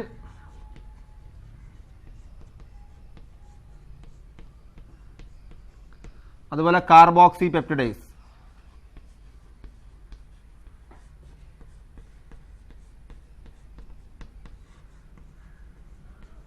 ഇത്രയുമാണ് ആ എൻസൈമുകൾ, ഒന്നാമത്തെ ഡാഷിൽ വരുന്ന എൻസൈമുകൾ. രണ്ടാമത്തെ പോളിസാക്കറൈഡിനെ ഡൈസാക്കറൈഡ് ആക്കുന്നത് ആരാണ്? അമിലൈസസ് ആണ്. നമ്മൾ സലൈവറി ഗ്ലാൻഡിനകത്ത് സലൈവറി അമിലൈസ് ഉണ്ട്. അതുപോലെ പാൻക്രിയാറ്റിക് ജ്യൂസിനകത്തും ഒരു അമിലൈസ് ഉണ്ട്. വേണമെങ്കിൽ പാൻക്രിയാറ്റിക് അമിലൈസ് എന്ന് വിളിക്കാം, അല്ലാതെ പറഞ്ഞാലും കുഴപ്പമില്ല. പോളിസാക്കറൈഡിനെ ഡൈസാക്കറൈഡ് ആക്കുന്നത് അമിലൈസസ് ആണ്. അതുപോലെ ഫാറ്റിനെ ഡൈഗ്ലിസറൈഡും മോണോഗ്ലിസറൈഡുമാക്കി ബ്രേക്ക് ഡൗൺ ചെയ്യുന്നത്, ഫാറ്റുമായി ബന്ധപ്പെട്ട് എപ്പോഴും വരുന്നത് ഏതാണ്ട് ഒരു എൻസൈം തന്നെയാണ്, നമുക്കറിയാവുന്നതാണ് ലിപ്പൈസസ്. ലിപ്പൈസസ് എന്നാണ് എൻസൈമിന്റെ പേര്. അതേപോലെ ന്യൂക്ലിക് ആസിഡിനെ ന്യൂക്ലിയോറ്റൈഡും ന്യൂക്ലിയോസൈഡും ആക്കി മാറ്റുന്ന എൻസൈമിന്റെ പേര് ന്യൂക്ലിയൈസസ് എന്നാണ്. ഓക്കെ, അപ്പോൾ ഇത്രയുമാണ് ഇവിടെ ആൻസർ ആയിട്ട് വരുന്ന എൻസൈമുകൾ. അപ്പോൾ ആ പാൻക്രിയാറ്റിക് ജ്യൂസിനകത്തുള്ള മുഴുവൻ എൻസൈമുകളും അതിന്റെ ഫംഗ്ഷൻ, അമിലൈസിന്റെ ജോലി പോളിസാക്കറൈഡിനെ ഡൈസാക്കറൈഡ് ആക്കുന്നു. ലിപ്പൈസിന്റെ ജോലി ഫാറ്റിനെ ബ്രേക്ക് ഡൗൺ ചെയ്ത് ഡൈഗ്ലിസറൈഡും മോണോഗ്ലിസറൈഡും ആക്കുന്നു. ന്യൂക്ലിയൈസസിന്റെ റോള് ന്യൂക്ലിക് ആസിഡിനെ ബ്രേക്ക് ഡൗൺ ചെയ്ത് ന്യൂക്ലിയോറ്റൈഡും ന്യൂക്ലിയോസൈഡും ആക്കി മാറ്റുന്നു. അതുപോലെ ട്രിപ്സിൻ, കൈമോട്രിപ്സിൻ, കാർബോക്സി പെപ്റ്റിഡൈസ് 3 പേരുടെയും റോള് പ്രോട്ടീനുകളെ അതുപോലെ തന്നെ പെപ്റ്റോണുകളെ പ്രോട്ടിയേസസുകളെ ഒക്കെ ബ്രേക്ക് ഡൗൺ ചെയ്ത് സിമ്പിൾ ഫോമായ ഡൈപെപ്റ്റൈഡുകളാക്കി മാറ്റുന്നു. ഓക്കെ, അടുത്തൊരു ചോദ്യമാണ്. ന്യൂക്ലിയോറ്റൈഡേസ്, മാൾട്ടേസ്, ലാക്ടേസ്, സൂക്രേസ് 4 എൻസൈമുകളുടെ പേരാണ് തന്നേക്കുന്നത്. Write the odd one and reason. അതിനകത്ത് ഏതാണ് ഓഡ് വൺ ആയിട്ട് വരുന്നത് എന്ന് കണ്ടെത്തണം, റീസൺ എഴുതണം. ഓക്കെ, ഇവിടെ നമുക്കറിയാം ന്യൂക്ലിയോറ്റൈഡേസ്, മാൾട്ടേസ്, ലാക്ടേസ്, സൂക്രേസ് 4 എൻസൈമുകൾ കാണുമ്പോൾ അതിനകത്ത് ഓഡ് വൺ ആയിട്ട് വരിക ന്യൂക്ലിയോറ്റൈഡേസ് ആണെന്ന് നമുക്ക് കൃത്യമായിട്ട് കണ്ടെത്താൻ പറ്റും. ന്യൂക്ലിയോറ്റൈഡേസ് ആണ് ഓഡ് വൺ ആയിട്ട് വരിക. ബാക്കിയെല്ലാം മാൾട്ടേസ് ആണെങ്കിലും ലാക്ടേസ് ആണെങ്കിലും സൂക്രേസ് ആണെങ്കിലും ഒക്കെ ഡൈസാക്കറൈഡൈസ് എന്ന് പറയുന്ന എൻസൈമിന്റെ കാറ്റഗറിയിൽപ്പെട്ടതാണ്. ഡൈസാക്കറൈഡുകളെ ബ്രേക്ക് ഡൗൺ ചെയ്ത് മോണോസാക്കറൈഡുകളാക്കി മാറ്റുന്ന ഡൈസാക്കറൈഡൈസ് എന്ന് പറയുന്ന എൻസൈമിന്റെ കാറ്റഗറിയിൽ വരുന്നതാണ് ഇതൊക്കെ മാൾട്ടേസ്, ലാക്ടേസ്, സൂക്രേസ് ഒക്കെ. എന്നാൽ ന്യൂക്ലിയോറ്റൈഡേസ് എന്ന് പറയുമ്പോൾ അത് ന്യൂക്ലിയോറ്റൈഡുകളെ ബ്രേക്ക് ഡൗൺ ചെയ്യുന്ന ഒരു എൻസൈമാണ്. അതുകൊണ്ടാണ് ഓഡ് വൺ ആയിട്ട് അത് വരിക. അപ്പം ന്യൂക്ലിയോറ്റൈഡേസ് ആണ് odd one, others are in the അതേ സാർ ഡൈസാക്രഡൈസസ് എന്ന് നമുക്ക് റീസണായിട്ട് എഴുതാം. ഓക്കെ, എന്നാലും ഈ ചോദ്യം വന്നിരിക്കുന്നത് നമ്മുടെ ഡൈജസ്റ്റീവ് ഗ്ലാൻഡുകളുടെ കൂട്ടത്തിൽ ഏറ്റവും അവസാനം പഠിച്ച ഗ്ലാൻഡാണ് ഇൻഡസ്റ്റൈനൽ ഗ്ലാൻഡ്. അപ്പോൾ ഇൻഡസ്റ്റൈനൽ ഗ്ലാൻഡിൽ നിന്നുള്ള എൻസൈമുകളുമായി ബന്ധപ്പെട്ട ഒരു ചോദ്യമാണ് ഈ കാണിച്ചിരിക്കുന്നത്. പരീക്ഷയ്ക്ക് അതും ഫോക്കസ് ഏരിയക്കകത്ത് ഇൻഡസ്റ്റൈനൽ ഗ്ലാൻഡിനെ കുറിച്ച് പരാമർശിക്കുന്നുണ്ട്. അപ്പോൾ ഇൻഡസ്റ്റൈനൽ ഗ്ലാൻഡിൽ നിന്നുണ്ടാകുന്ന എൻസൈമുകൾ നമുക്ക് ഏതൊക്കെയെന്നറിയാം. ഇൻഡസ്റ്റൈനൽ ഗ്ലാൻഡിൽ നിന്നുണ്ടാകുന്ന എൻസൈമുകൾ ഒന്ന് ഡൈപെപ്റ്റിഡൈസസ്,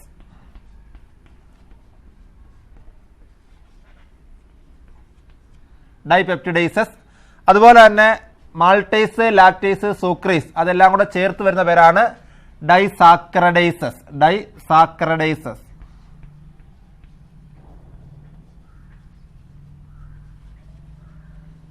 ഡൈസാക്രഡൈസസ് എന്ന് പറഞ്ഞാൽ ഒരു കളക്റ്റീവ് നെയിമാണ്. അതിനകത്ത് വരുന്നതാണ് മാൾട്ടേസ്, ലാക്ടേസ്, സൂക്രേസ് ഒക്കെ. അതുപോലെ തന്നെ ലിപ്പേസസ്, അതുപോലെ തന്നെ ന്യൂക്ലിയോടൈഡേസ്,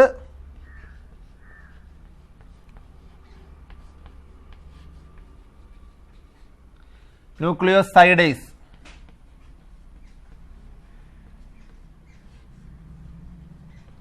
അപ്പോൾ ഇത്രയും എൻസൈമുകളാണ് നമ്മുടെ ഇൻഡസ്റ്റൈനൽ ഗ്ലാൻഡിനകത്തുനിന്ന് വരിക, അല്ലെങ്കിൽ ഇൻഡസ്റ്റൈനൽ ജ്യൂസിനകത്തുള്ളത്. ഡൈപെപ്റ്റിഡേസ്, ഡൈസാക്രഡൈസസ്, ലിപ്പേസസ്, ന്യൂക്ലിയോടൈഡേസ്, ന്യൂക്ലിയോസൈഡേസ്. ഈ എൻസൈമുകളെ എല്ലാം കൂടെ ഒരുമിച്ച്, അല്ലെങ്കിൽ ഈ ഡൈജസ്റ്റീവ് ജ്യൂസിനെ, ഇൻഡസ്റ്റൈനൽ ഗ്ലാൻഡിൽ നിന്ന് വരുന്ന ഡൈജസ്റ്റീവ് ജ്യൂസിനെ അറിയപ്പെടുന്ന മറ്റൊരു പേരുണ്ട്. അതാണ് വളരെ പ്രധാനപ്പെട്ട പേര്. അതാണ് ഫോക്കസ് തിരിക്കകത്ത് പറയുന്നത് സക്കസ് എൻഡറിക്കസ്. അപ്പൊ സക്കസ് എൻഡറിക്കസ് എന്ന് പറയുന്നതാണ് ഇൻഡസ്റ്റൈനൽ ജ്യൂസിനെ അറിയപ്പെടുന്ന മറ്റൊരു പേര്. ഫോക്കസ് തിരിക്കകത്ത് ഈ സക്കസ് എൻഡറിക്കസ് എന്ന് പറഞ്ഞിട്ട് ചോദിക്കുന്നുണ്ട്. അപ്പൊ സക്കസ് എൻഡറിക്കസ് എന്ന് പറഞ്ഞാൽ അത് ഇൻഡസ്റ്റൈനൽ ജ്യൂസിനെ അറിയപ്പെടുന്ന മറ്റൊരു പേരാണ്. അപ്പൊ അത് ഫോക്കസ് ഏരിയയിൽ മെൻഷൻ ചെയ്യുന്നത് കൊണ്ട് അതിനകത്ത് അടങ്ങിയിരിക്കുന്ന എൻസൈമുകളും അതിന്റെ ഫംഗ്ഷനും ഓർത്തു വെച്ചേക്കണം. സക്കസ് എൻഡറിക്കസിനകത്ത് അടങ്ങിയിരിക്കുന്ന എൻസൈമുകളാണ് ഡൈപെപ്റ്റിഡൈസസ്, ഡൈസാക്രഡൈസസ്, ലിപ്പേസസ്, ന്യൂക്ലിയോടൈഡേസസ്, ന്യൂക്ലിയോസൈഡേസസ്. ഓക്കെ ആണല്ലോ. അതിൽ ഡൈപെപ്റ്റിഡൈസ് എന്ന് പറയുമ്പോൾ ഫംഗ്ഷൻ ഓൾറെഡി നമ്മൾ പഠിച്ചതാണ്. ഡൈപെപ്റ്റൈഡുകളെ ബ്രേക്ക് ഡൗൺ ചെയ്ത് ഏറ്റവും സിമ്പിൾ ഫോമായ അമിനോ ആസിഡുകളാക്കി മാറ്റുക എന്നതാണ് ഡൈപെപ്റ്റിഡൈസിന്റെ ഫംഗ്ഷൻ. അപ്പൊ ഡൈപെപ്റ്റൈഡുകളെ ബ്രേക്ക് ഡൗൺ ചെയ്ത് ഏറ്റവും സിമ്പിൾ ഫോമായ അമിനോ ആസിഡാക്കി മാറ്റുന്നു. അപ്പൊ പ്രോട്ടീനുകൾ ദഹിപ്പിച്ചാൽ കിട്ടാവുന്ന ഏറ്റവും സിമ്പിൾ ഫോമാണെന്ത്? Amino acid. അടുത്ത ഡൈസാക്രഡൈസസ്, ഡൈസാക്കറൈഡുകളെ ബ്രേക്ക് ഡൗൺ ചെയ്ത് മോണോസാക്കറൈഡുകളാക്കി മാറ്റുന്നു. ഡൈസാക്കറൈഡുകൾ പലതരമുണ്ട്. ഇപ്പോൾ ഫോർ എക്സാമ്പിൾ മാൾട്ടോസ് എന്ന് പറയുന്ന ഡൈസാക്കറൈഡിനെ ബ്രേക്ക് ഡൗൺ ചെയ്ത് ഗ്ലൂക്കോസ് ആക്കി മാറ്റുന്നത് ആരാണ്? മാൾട്ടേസ് ആണ്. ലാക്ടോസ് എന്ന് പറയുന്ന ഡൈസാക്കറൈഡിനെ ബ്രേക്ക് ഡൗൺ ചെയ്ത് ഗ്ലൂക്കോസും ഗ്യാലക്ടോസും ഒക്കെ ആക്കി മാറ്റുന്നത് ലാക്ടേസ് ആണ്. സൂക്രോസ് എന്ന് പറയുന്ന ഡൈസാക്കറൈഡിനെ ബ്രേക്ക് ഡൗൺ ചെയ്ത് ഗ്ലൂക്കോസും അതുപോലെ തന്നെ ഫ്രക്ടോസും ഒക്കെ ആക്കി മാറ്റുക ആരാണ്? സൂക്രേസ് ആണ്. നമ്മൾ കൃത്യമായിട്ട് ആ ഡൈജഷൻ പറഞ്ഞിട്ടുണ്ട്. ആ ഭാഗത്ത് പോയി അതിന്റെ ഫംഗ്ഷൻ കൃത്യമായി പഠിച്ചു വെക്കണം. അതുപോലെ ലിപ്പേസ് ആകുമ്പോൾ നമുക്കറിയാം ഡൈഗ്ലിസറൈഡുകളെയും മോണോഗ്ലിസറൈഡുകളെയും ഒക്കെ ബ്രേക്ക് ഡൗൺ ചെയ്ത് ഫാറ്റി ആസിഡ്സും ഗ്ലിസറോളുമാക്കി മാറ്റുക. ഏറ്റവും സിമ്പിൾ ഫോമായ ഫാറ്റി ആസിഡ്സും ഗ്ലിസറോളുമാക്കി മാറ്റുന്ന ആരാണ്? ലിപ്പേസസ് ആണ്. അതുപോലെ ന്യൂക്ലിയോടൈഡുകളെ ബ്രേക്ക് ഡൗൺ ചെയ്ത് ന്യൂക്ലിയോസൈഡുകളാക്കി മാറ്റുക. അതാണ് ന്യൂക്ലിയോടൈഡേസ് ചെയ്യുന്നത്. ആ ന്യൂക്ലിയോസൈഡുകളെ വീണ്ടും ബ്രേക്ക് ഡൗൺ ചെയ്യുന്നതാണ് ആര്? ന്യൂക്ലിയോസൈഡേസ്.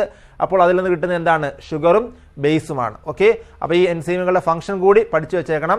പ്രോട്ടീനിൽ നിന്ന് കിട്ടാവുന്ന end product amino acid, carbohydrate അഥവാ പോളിസാക്കറൈഡിൽ നിന്ന് കിട്ടാവുന്ന എൻഡ് പ്രോഡക്റ്റ് എന്ന് പറയുമ്പോൾ ഗ്ലൂക്കോസും ഫ്രക്ടോസും ഗ്യാലക്ടോസും ഒക്കെയാണ്. അതുപോലെ ലിപ്പിഡ് അഥവാ ഫാറ്റിൽ നിന്ന് കിട്ടാവുന്ന എൻഡ് പ്രോഡക്റ്റ് എന്ന് പറയുമ്പോൾ ഫാറ്റി ആസിഡ്സും ഗ്ലിസറോളുമാണ്. അതുപോലെ ന്യൂക്ലിക് ആസിഡിൽ നിന്ന് കിട്ടാവുന്ന എൻഡ് പ്രോഡക്റ്റ് എന്ന് പറയുമ്പോൾ ഷുഗറും അതുപോലെ നൈട്രജൻ ബേസും ഒക്കെയാണ്. അപ്പോൾ ആ എൻഡ് പ്രോഡക്റ്റും കൂടി ആ കൂട്ടത്തിൽ ഓർത്ത് വെച്ചേക്കണം. സക്കസ് എൻഡറിക്കസ് പരീക്ഷയ്ക്ക് ചോദിക്കാൻ സാധ്യത കൂടുതലുള്ളതാണ്. ഓക്കെ, അടുത്ത ഒരു ചോദ്യമാണ് skin and eyes turn yellow.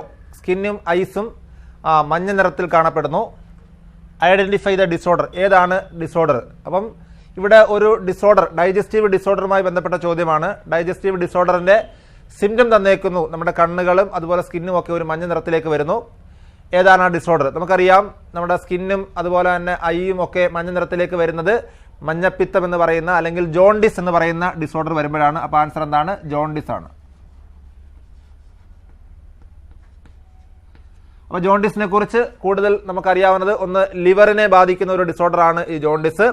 അതുപോലെ തന്നെ ബൈൽ പിഗ്മെന്റുകൾ ധാരാളമായിട്ട്, ബിലിറൂബിൻ, ബിലിവിറിഡിൻ എന്നൊക്കെ വിളിക്കുന്ന ബൈൽ പിഗ്മെന്റുകൾ ധാരാളമായിട്ട് ഈ സമയത്ത് സെക്രീറ്റ് ചെയ്യപ്പെടും. അതുകൊണ്ടാണ് ഇളം മഞ്ഞ നിറത്തിലേക്ക് നമ്മുടെ സ്കിന്നും ഐയും ഒക്കെ മാറുന്നതിന്റെ കാരണം. അപ്പോൾ അത് ജോണ്ടിസ് എന്ന് പറയുന്ന ഒരു ഡിസോർഡറാണ്. നമുക്കറിയാം ഡൈജസ്റ്റീവ് സിസ്റ്റത്തെ കുറിച്ച് പഠിക്കുന്ന ഈ ചാപ്റ്ററിൽ കുറേ അധികം ഡിസോർഡർ പറയുന്നുണ്ട്. ഒന്നാമതായിട്ട് ജോണ്ടിസ് പറഞ്ഞു. അതുപോലെ തന്നെ പറയുന്ന മറ്റ് ഡിസോർഡറുകളാണ്, ഒന്ന് വോമിറ്റിംഗ് ഉണ്ട്, വോമിറ്റിംഗ്.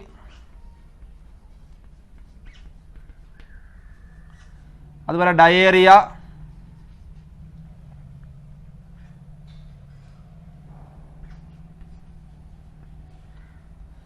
അതുപോലെ തന്നെ കോൺസ്റ്റിപ്പേഷൻ,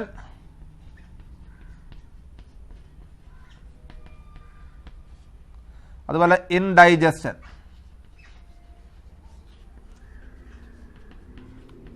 അപ്പോൾ ഈ 4 ഡിസോർഡർ അല്ലെങ്കിൽ 5 ഡിസോർഡർ ഉണ്ട്. ഇതിനകത്ത് ഏത് വേണമെങ്കിലും സിംറ്റംസ് തന്നിട്ട് ഐഡന്റിഫൈ ദ ഡിസോർഡർ എന്ന് ചോദിക്കാം. ചിലപ്പോൾ ഡിസോർഡർ തന്നിട്ട് സിംറ്റം എഴുതാനും ചോദിക്കാം. അപ്പോൾ ജോണ്ടിസ് ആകുമ്പോൾ പറഞ്ഞു കഴിഞ്ഞു, ലിവറിനെ ബാധിക്കുന്ന ഒരു ഡിസോർഡറാണ്, മഞ്ഞപ്പിത്തം എന്നാണെന്ന് പറയുക. അതുപോലെ തന്നെ ബൈൽ പിഗ്മെന്റുകൾ ധാരാളമായിട്ട് ഈ സമയത്ത് സെക്രീറ്റ് ചെയ്യുന്നത് കൊണ്ട് നമ്മുടെ സ്കിന്നിനും ഐക്കും ഒക്കെ ഒരു ഇളം മഞ്ഞ നിറത്തിലേക്ക് വരും. അതാണ് ജോണ്ടിസ്. വൊമിറ്റിംഗ് എന്ന് പറയുമ്പോൾ നമ്മൾ കഴിച്ച ആഹാരമൊക്കെ അതേപോലെ എന്ത് ചെയ്യുന്നു, നമ്മുടെ ബക്കൽ ക്യാവിറ്റി വഴി, മൗത്ത് വഴി പുറത്തോട്ട് ഇജക്റ്റ് ചെയ്ത് പോകുന്ന ഒരു പ്രതിഭാസമാണ് വൊമിറ്റിംഗ് എന്ന് പറയുക. നമ്മൾ കഴിക്കുന്ന ആഹാരത്തിനകത്ത് നമുക്ക് പിടിക്കാത്ത എന്തെങ്കിലുമൊക്കെ ഉണ്ടെങ്കിൽ അത് സംഭവിക്കാം.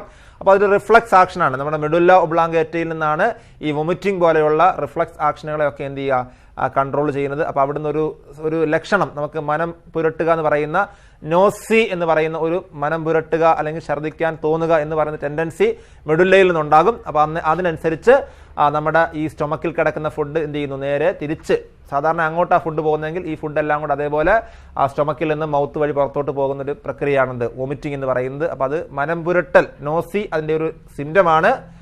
Ejection of food particles through mouth, തിരിച്ച് മൗത്ത് വഴി തന്നെ ഫുഡ് പുറത്തേക്ക് പോകുന്നു. അതുപോലെ ഡയേറിയ എന്ന് പറഞ്ഞാൽ നമ്മൾ വയറിളക്കം, ലൂസ് മോഷൻ എന്നൊക്കെ പറയുന്നതാണ്. അതായത് നമ്മൾ ഡൈജസ്റ്റഡ് ഫുഡിനകത്ത് കൂടുതലായിട്ട് ലിക്വിഡ് കണ്ടന്റ് കൂടുകയും അത് വളരെ എളുപ്പത്തിൽ എന്ത് ചെയ്യുന്നു, ഏനസ് വഴി പുറത്തോട്ട് ആ ലിക്വിഡ് ഫോമിൽ തന്നെ ആ ഫുഡ് പോവുകയും ചെയ്യുന്നു. അതാണെന്ത് ഈ പറഞ്ഞ ഡയേറിയ എന്ന് പറയുന്നത്. ഡയേറിയ വരുമ്പോൾ അബ്സോർപ്ഷൻ തടസ്സപ്പെടും. കാരണം ഉള്ള ഡൈജസ്റ്റഡ് ഫുഡെല്ലാം ലിക്വിഡ് ഫോമിൽ ഏനസ് വഴി പുറത്തോട്ട് അങ്ങ് പോവാണ്. അങ്ങനെ പോകുമ്പോൾ എന്താ സംഭവിക്കുക, അതിനൊന്നും അബ്സോർബ് ചെയ്യാൻ കഴിയാതെ വരും. അതാണ് അബ്സോർപ്ഷൻ തടസ്സപ്പെടുകയും ഫുഡ്, ഡൈജസ്റ്റഡ് ഫുഡ് കൂടുതൽ ലിക്വിഡ് നേച്ചറിൽ ഏനസ് വഴി പുറത്തോട്ട് പോവുകയും ചെയ്യുന്നതാണെന്ത് ഡയേറിയ എന്ന് പറയുന്നത്. അതുപോലെ കോൺസ്റ്റിപ്പേഷൻ എന്ന് പറഞ്ഞാൽ ഏതാണ്ട് ഡയറിയക്ക് നേരെ എതിരാണ്. അതായത് കോൺസ്റ്റിപ്പേഷൻ എന്ന് പറയുമ്പോൾ അവിടെ ഈ ഇറഗുലർ ബവൽ മൂവ്മെന്റ് ആണ്. അതായത് ഈ ഡൈജസ്റ്റഡ് ഫുഡ് അല്ലെങ്കിൽ അതിനകത്ത് നിന്ന് ബാക്കി വരുന്ന അൺഡൈജസ്റ്റഡ് ആയിട്ടുള്ള ഫുഡും വേസ്റ്റ് പാർട്ടിക്കിൾസും ഒക്കെ ഈ നമ്മുടെ ലാർജ് ഇൻഡസ്ട്രീനകത്ത് റെക്റ്റം, കോളോൺ എന്നൊക്കെ പറയുന്ന ഭാഗത്ത് എന്ത് ചെയ്യും, അടിഞ്ഞുകൂടിയിരിക്കുകയും ഇത് പുറത്തോട്ട് ഏനസ് വഴി പോകാതിരിക്കുകയും ചെയ്യും. എന്ന് പറഞ്ഞാൽ അവിടെ ഇത് വളരെ ലൂബ്രിക്കേറ്റ് ചെയ്തിട്ട് ഏനസ് വഴി പുറത്തോട്ട് പോകുന്നതിനെ തടസ്സപ്പെടുത്തിക്കൊണ്ട് എവിടെ തന്നെ ഇരിക്കും, നമ്മുടെ റെക്റ്റത്തിലും കോളോണിലും ഒക്കെ ആയിട്ട് തന്നെ ഇരിക്കും. അങ്ങനെ വരുന്നതിനെയാണ് ഇത് വിളിക്കുക കോൺസ്റ്റിപ്പേഷൻ, മലബന്ധം എന്നാണ് അതിനെ വിളിക്കുക. അതുപോലെ ലാസ്റ്റ് വൺ ഇൻഡൈജസ്റ്റൻ, അത് ദഹനക്കേട് എന്ന് പറയും. നമ്മൾ ആഹാരം ദഹനക്കേട് സംഭവിക്കാന്ന് പറയുമല്ലോ. ഓവർ ഈറ്റിംഗ്, ആഹാരം അമിതമായി കഴിക്കുക, അല്ലെങ്കിൽ ഈ പെട്ടെന്ന് ദഹിക്കാത്ത സ്പൈസി ഫുഡുകൾ ധാരാളം കഴിക്കുക. ഇങ്ങനെയൊക്കെയുള്ള സമയത്ത് ആഹാരം പ്രോപ്പറായിട്ട് ദഹനം സംഭവിക്കാത്തൊരവസ്ഥ വരും. അതിന് വിളിക്കുന്നവരാണത് ഇൻഡൈജഷൻ. അപ്പോൾ കൃത്യമായിട്ട് നമ്മുടെ ടെക്സ്റ്റ് ബുക്കിന്റെ അവസാന പേജിൽ, നമ്മൾ ആ ചാപ്റ്ററിന്റെ അവസാന പേജിൽ ഈ പറഞ്ഞ എല്ലാ ഡിസോർഡറുകളുടെ പേരും അതുമായി ബന്ധപ്പെട്ട് 1-2 സെന്റൻസ് മാത്രമേ ഉള്ളൂ. അടുത്ത ക്വസ്റ്റ്യനിലോട്ട് പോകാം. ഫോക്കസ്ഡ് ഏരിയയിൽ നിന്നും പുറത്തുനിന്നും ഈ ചാപ്റ്റർ ചോദിക്കാവുന്ന ക്വസ്റ്റ്യനും കൂടി ഉൾപ്പെടുത്തിയ ഒരു ബോക്സ് ക്വസ്റ്റ്യനാണ് ഈ കാണിച്ചേക്കുന്നത്. നമുക്കറിയാം ഡൈജസ്റ്റീവ് ഗ്ലാൻഡുകൾ, നമ്മുടെ ബോഡിയിലുള്ള ഡൈജസ്റ്റീവ് ഗ്ലാൻഡുകൾ, അതിൽ നിന്നുണ്ടാകുന്ന എൻസൈമുകൾ, അതുപോലെ തന്നെ അതിൻ്റെ ഫങ്ഷൻസ്. ഇതാണ് 3 ബോക്സ് ആയിട്ട് കൊടുത്തേക്കുന്നത്. ഒന്നാമത് ഗ്യാസ്ട്രിക് ഗ്ലാൻഡ് ആണ് പറഞ്ഞേക്കുന്നത്. അപ്പോൾ അതിൽ എ എന്നാണ് ഓപ്ഷൻ, നമ്മൾ എഴുതണം. പ്രോട്ടീൻ ഡൈജസ്റ്റിംഗ് ആണ് ഫങ്ഷൻ എന്ന് പറയുന്നുണ്ട്. അപ്പോൾ ഗ്യാസ്ട്രിക് ഗ്ലാൻഡിൽ നിന്നുണ്ടാകുന്ന പ്രോട്ടീൻ ഡൈജസ്റ്റിംഗ് ഫങ്ഷൻ നിർവഹിക്കുന്ന എൻസൈമിൻ്റെ പേരാണ് എഴുതേണ്ടത്. അപ്പോൾ ആൻസർ പെപ്സിൻ ആണ് ആൻസറായിട്ട് വരിക. നമുക്കറിയാം പെപ്സിനോജൻ എന്നാണ് അതിൻ്റെ പേര്. ഇനാക്റ്റീവ് ആണ്. ആക്റ്റീവ് ആകുമ്പോൾ പേരെന്തായിട്ട് മാറും, പെപ്സിനായിട്ട് മാറും. അത് ഓർത്ത് വെച്ചേക്കുക. അതുപോലെ തന്നെ സലൈവറി ഗ്ലാൻഡ്, അതിൽ നിന്നുള്ള എൻസൈമിൻ്റെ പേര് സലൈവറി അമിലേസ് തന്നേപ്പോണ്ട്. അതിൻ്റെ ഫംഗ്ഷനാണ് നമ്മൾ എഴുതേണ്ടത്. നമുക്കറിയാം സലൈവറി അമിലേസിൻ്റെ ഫംഗ്ഷൻ എന്ന് പറയുമ്പോൾ കാർബോഹൈഡ്രേറ്റ് ഡൈജസ്റ്റ് ചെയ്യുക അല്ലെങ്കിൽ സ്റ്റാർച്ചിനെ ഡൈജസ്റ്റ് ചെയ്യുന്ന എൻസൈമാണെന്ത്, സലൈവറി അമിലേസ്. അതുകൊണ്ട് ആൻസർ ബി വരുമ്പോൾ എന്ത് വരും, കാർബോഹൈഡ്രേറ്റ് ഡൈജഷൻ എന്ന് പറയാം. അതുപോലെ തന്നെ അടുത്ത മൂന്നാമത്തെ ഗ്ലാൻഡിന്റെ പേരില്ല, എൻസൈം ന്യൂക്ലിയസ് ആണെന്നും ഫംഗ്ഷൻ ന്യൂക്ലിക് ആസിഡ് ഡൈജഷൻ ആണെന്നും പറയുന്നുണ്ട്. അങ്ങനെയാണെങ്കിൽ ഏതാണ് ആ ഗ്ലാൻഡ് എന്ന് എഴുതണം. നമുക്കറിയാം ന്യൂക്ലിക് ആസിഡിനെ ഡൈജസ്റ്റ് ചെയ്യുന്ന ന്യൂക്ലിയേസ് എന്ന് പറയുന്ന എൻസൈം നിർമ്മിക്കുന്നത് പാൻക്രിയാസ് എന്ന ഗ്ലാൻഡിൽ നിന്നാണ്. അതുകൊണ്ട് ആൻസർ എന്താണ്? പാൻക്രിയാസ് എന്നാണ് വരിക. അതേപോലെ തന്നെ അവസാനമായിട്ട് പാൻക്രിയാസ് ഗ്ലാൻഡ് തന്നപ്പോൾ ഉണ്ട്, ലിപ്പേസ് എൻസൈം തന്നപ്പോൾ ഉണ്ട്, ഫംഗ്ഷൻ പറഞ്ഞിട്ടില്ല, ഫംഗ്ഷനാണ് എഴുതേണ്ടത്. നമുക്കറിയാം ലിപ്പേസ് എന്ന് പറയുമ്പോഴേ അറിയാം ലിപ്പിഡുമായി ബന്ധപ്പെട്ട വാക്കാണ്. ലിപ്പിഡ് എന്ന് പറയുമ്പോൾ അത് ഫാറ്റാണ്. അപ്പോൾ ആ ഫാറ്റിനെ ഡൈജസ്റ്റ് ചെയ്യുക എന്നുള്ളതാണ് ലിപ്പേസിൻ്റെ ഫംഗ്ഷൻ. അപ്പോൾ ഈ ഒരു ബോക്സിൽ തന്നേക്കുന്നതിനകത്ത് നമുക്കറിയാം ഫോക്കസ്ഡ് ഏരിയ ബേസിനകത്ത് നമുക്ക് പഠിക്കാൻ പറഞ്ഞേക്കുന്ന ഡൈജസ്റ്റീവ് ഗ്ലാൻഡ് പാൻക്രിയാസും അതുപോലെ തന്നെ ഇൻഡസ്ട്രിയൽ ഗ്ലാൻഡിൻ്റെയും ഡൈജസ്റ്റീവ് എൻസൈമുകളെ കുറിച്ച് മാത്രമാണ് ഫോക്കസ്ഡ് ഏരിയയിൽ പറയുന്നതെങ്കിലും അതോടൊപ്പം തന്നെയുള്ള മറ്റ് ഗ്ലാൻഡുകൾ ഗ്യാസ്ട്രിക് ഗ്ലാൻഡ്, സലൈവറി ഗ്ലാൻഡ് ഇതുകൂടെ ജസ്റ്റ് ഒന്ന് നോക്കി വെച്ചേക്കണം. ചിലപ്പോൾ ഇത്തരം ബോക്സ് പോലത്തെ ചോദ്യങ്ങളിൽ ആ ഫോക്കസ്ഡ് ഏരിയയ്ക്ക് പുറത്തുള്ള 1-2 ചോദ്യങ്ങളുടെ കയറി വരാനുള്ള സാധ്യതയുണ്ട്. അപ്പോൾ അതുകൊണ്ട് മുഴുവൻ ഡൈജസ്റ്റീവ് ഗ്ലാൻഡുകളും അതിൻ്റെ എൻസൈമുകളും അതിൻ്റെ ഫംഗ്ഷനും ജസ്റ്റ് ഒന്ന് വായിച്ചുകൊണ്ട് വേണം പോകാൻ. ഓക്കെ,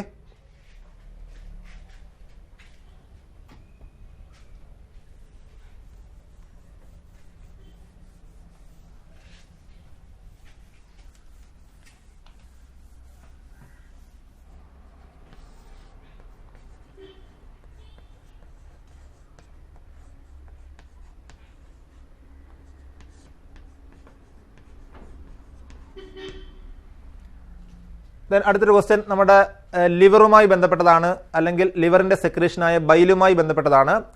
ഇതും ഫോക്കസ്ഡ് ഏരിയയിൽ പറയുന്നില്ല, പക്ഷേ എങ്കിൽ പോലും ഒരുപക്ഷെ ചോദിക്കാൻ സാധ്യതയുണ്ട്. നിങ്ങൾക്ക് ഇവിടെ നടത്തിയ മോഡൽ എക്സാമിന് ഈ ചോദ്യം വന്നിട്ടുണ്ട്. അപ്പോൾ അതുകൊണ്ട് തന്നെ ആ ഒരു ചോദ്യം കൂടെ നിങ്ങൾ എന്ത് ചെയ്യുക, പഠിച്ചുകൊണ്ട് പോകണം. നമുക്കറിയാം ലിവർ എന്ന് പറഞ്ഞാൽ നമ്മുടെ ബോഡിയിലെ ഏറ്റവും ലാർജസ്റ്റ് ഗ്ലാൻഡ് ആണ്. ലിവർ സെക്രീറ്റ് ചെയ്യുന്ന ഡൈജസ്റ്റീവ് ജ്യൂസിൻ്റെ പേരാണെന്ത്? ബൈൽ എന്ന് പറയുന്നത്. ചോദ്യം എങ്ങനെയാണ് വരിക?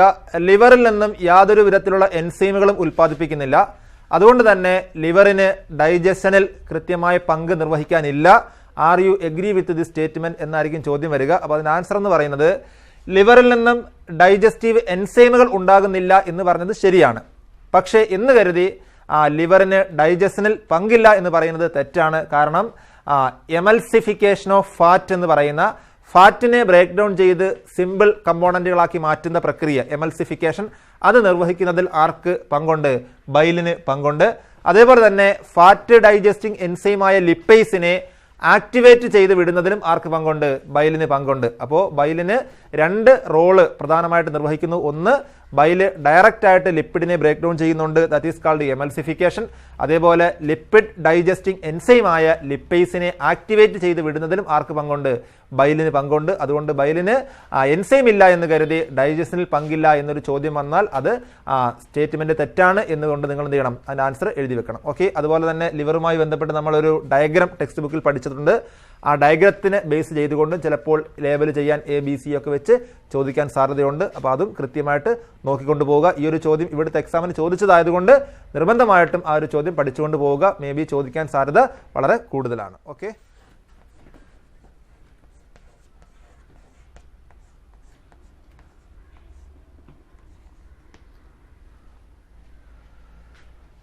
അടുത്ത മറ്റൊരു ക്വസ്റ്റ്യൻ ആണ് HCl റോള്. ഇതും ഫോക്കസ്ഡ് ഏരിയയിൽ പറയുന്നില്ല എന്ന് കരുതി ചിലപ്പോൾ ചോദിക്കാൻ സാധ്യത കൂടുതലുള്ള ഇമ്പോർട്ടൻ്റ് ആയിട്ടുള്ള ഒരു ടേമാണ് HCl, ഹൈഡ്രോക്ലോറിക് ആസിഡ്. നമുക്കറിയാം നമ്മുടെ ഗ്യാസ്ട്രിക് ഗ്ലാൻഡിൽ നിന്നും സെക്രീറ്റ് ചെയ്യുന്ന ഗ്യാസ്ട്രിക് ജ്യൂസിനകത്ത് അടങ്ങിയിരിക്കുന്ന ഒരു എൻസൈം ആണെന്ത്?